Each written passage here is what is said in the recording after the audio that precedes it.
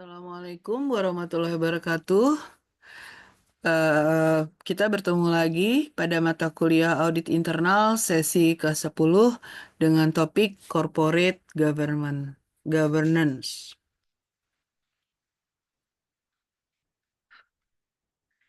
Nggak bisa.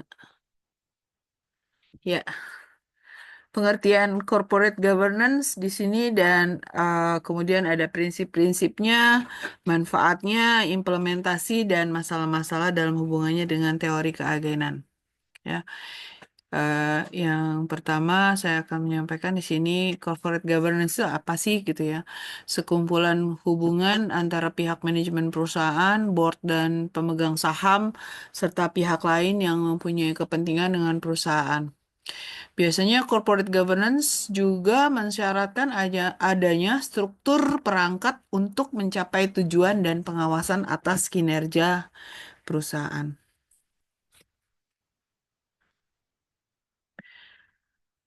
GCG itu struktur, sistem, dan proses yang biasanya digunakan oleh pihak-pihak internal maupun eksternal yang berkaitan dengan perusahaan sebagai upaya memberikan nilai tambah perusahaan.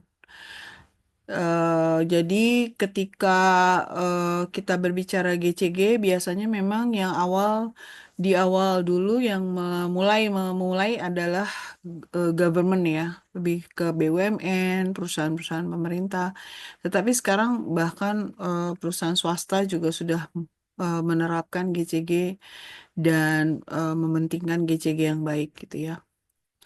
Prinsip-prinsip GCG itu apa aja? Kalau kita lihat di sini ada 5, yaitu transparansi, accountability, responsibility, independency, dan fairness.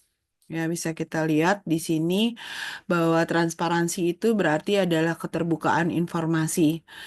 Nah, keterbukaan dalam melaksanakan proses pengambilan keputusan dan keterbukaan dalam mengemukakan informasi material dan relevan mengenai perusahaan. Ini yang dimaksud dengan transparansi. Sedangkan accountability atau akuntabilitas adalah kejelasan fungsi, struktur, sistem, dan pertanggungjawaban organ perusahaan sehingga pengelolaan perusahaan itu terlaksana secara efektif. Kemudian yang ketiga adalah responsibility, yaitu pertanggungjawaban, yaitu kesesuaian atau kepatuhan di dalam pengelolaan perusahaan terhadap prinsip korporasi yang sehat serta peraturan perundangan yang berlaku. Dan independensi yaitu keadaan di mana perusahaan dikelola secara profesional. Jadi artinya kompetensi di sini sangat diperlukan, ya. Kemudian yang terakhir adalah fairness, di mana ada kesetaraan dan kewajaran yang menuntut adanya perlakuan yang adil dalam memenuhi hak stakeholder sesuai dengan perundang-undangan yang berlaku. Manfaatnya apa? Yang pertama, di sini kalau kita berbicara GCG, meningkatkan kinerja perusahaan karena dengan adanya tata kelola yang baik, diharapkan kinerja perusahaan itu dapat terlaksana secara efisien, efektif, kemudian dapat dikelola dengan baik. Kemudian karena telah meningkatkan kinerja perusahaan tadi dengan tata kelola yang baik, otomatis akan mempermudah diperolehnya dana pembiayaan yang lebih murah gitu ya. Biasanya misalnya ada kepentingan untuk sindikasi, permintaan apa namanya dengan perbankan gitu ya, kredit dengan pembiayaan dengan perbankan dan lain sebagainya. Dan yang lebih penting lagi manfaatnya adalah mengembalikan kepercayaan investor. Ketika para investor ini akan menanamkan modalnya, pasti dia juga akan melihat bagaimana kinerja perusahaan tersebut berjalan dengan baik atau tidak, bagaimana tata kelolanya, yaitu GCG-nya. Biasanya pemegang saham akan merasa puas dengan kinerja perusahaan dan sekaligus akan meningkatkan shareholders value dan dividen ketika kepercayaan investor itu eh, telah menanamkan modalnya di perusahaan yang benar dan telah berkinerja baik. Jadi bagaimana caranya ketika kita menerapkan corporate governance, di sini diperlukan adanya perbaikan dalam komunikasi. Jadi antar divisi di perusahaan itu diperlukan komunikasi yang baik, kemudian meminimalisasi potensial benturan. Itulah pentingnya juga salah satunya pada perusahaan-perusahaan juga dikuatkan adanya sosialisasi mengenai budaya. Karena dengan adanya budaya yang semakin tinggi, potensi benturan itu diharapkan semakin minim.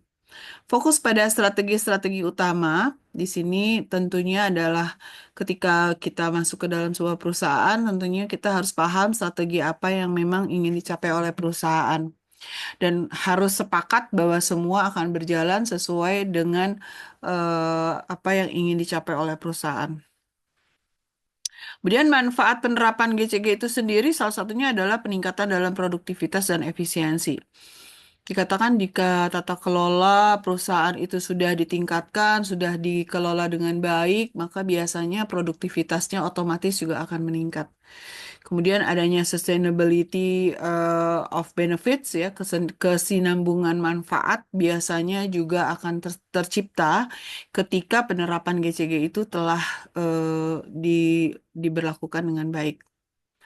Kemudian image corporate ya, promosi citra dari corporate itu biasanya juga terlihat bagaimana penerapan GCG di perusahaan tersebut. Kemudian ke otomatis ketika image perusahaan itu membaik, maka peningkatan kepuasan pelanggan akan tercapai. Dan tadi dikatakan juga bahwa kepercayaan investor semakin meningkat ketika penerapan GCG di perusahaan itu sudah dilaksanakan dengan baik dan dapat mengukur kinerja target kinerja manajemen perusahaan melalui eh, tata kelola yang sudah baik dan benar. Sehingga dengan pelaksanaan GCG yang baik, di sini kita lihat ada empat hal yang bisa mendorong perusahaan menjadi jauh lebih maju lagi, yaitu dalam mengelola organisasi yang lebih demokratis, lebih accountable, lebih transparan, dan dalam memutuskan keputusan-keputusan penting, juga mempertimbangkan kepentingan berbagai pihak. Implementasi good corporate governance di sini ada dua, yaitu dari faktor eksternal dan faktor internal. Kalau dari faktor eksternal, kita lihat sistem hukumnya yang sudah baik, kemudian dukungan pelaksanaan GCG dari sektor publik atau lembaga pemerintahan atau regulator, kemudian terdapat contoh pelaksanaan pelaksanaan GCG yang tepat. Biasanya kita melihat best practice-nya seperti apa dalam melaksanakan standar pelaksanaan GCG yang efektif dan profesional. Kemudian terbangunnya sistem tata nilai sosial yang mendukung penerapan GCG di masyarakat. Kemudian adanya semangat anti korupsi. Nah, ini yang susah ya. Kalau di Indonesia kita tahu bahwa semangat anti korupsi itu belum berkembang dengan baik. Dan itu harus kita tingkatkan semua ya. Semoga semuanya yang ada di sini nanti menjadi generasi yang jauh lebih baik. Kemudian faktor internal, terdapatnya budaya perusahaan, tadi dikatakan corporate culture yang tinggi, yang baik, itu dapat mendukung penerapan GCG dalam mekanisme serta sistem kerja manajemen di perusahaan. Kemudian juga berbagai peraturan dan kebijakan yang dikeluarkan perusahaan dan mengacu pada penerapan nilai-nilai GCG, serta beberapa pengendalian risiko yang sudah diidentifikasi dengan baik dan akan membuat kaidah-kaidah standar GCG itu menjadi mudah dikenali dan diatasi kembali. Kemudian terdapatnya sistem audit yang efektif dalam perusahaan untuk menghindari eh, penyimpangan-penyimpangan yang terjadi. The Indonesian Institute for Corporate Governance terdapat 7 dimensi konsep penerapan GCG di sini, yaitu komitmen terhadap tata kelola, kemudian tata kelola Dewan Komisaris, komite fungsional, Dewan Direksi Sistem Manajemen, transparansi dan akuntabilitas, peran pihak yang berkepentingan lainnya, dan perlakuan terhadap pemegang saham. Jadi, corporate governance biasanya didasarkan pada teori keagenan. Kalau kita semua tahu ya, Jensen and McLean pernah mengungkapkan adanya teori keagenan di mana diharapkan bisa berfungsi sebagai alat untuk memberikan keyakinan, ya, assurance kepada para investor bahwa mereka akan menerima return atas dana yang telah mereka investasikan dengan baik. Jadi, sebenarnya kalau kita mengaitkan antara corporate governance dengan teori keagenan, itu sangat relevan sekali ya, teman-teman ya. Jadi ketika masalah corporate governance ini terjadi, maka ada disparate ownership, kemudian ada closely held, BUMN, dan sektor corporate. Nah, demikian penyampaian saya atas sesi 10 terkait corporate governance. Saya harap ini menjadi satu pandangan untuk teman-teman yang saat ini berada di Mercu Buana agar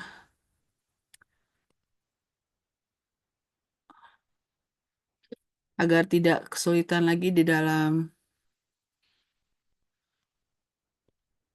mempelajari ya. Baik, saya akan sudahi. Bentar. Wabillahi taufik wal hidayah. Wassalamualaikum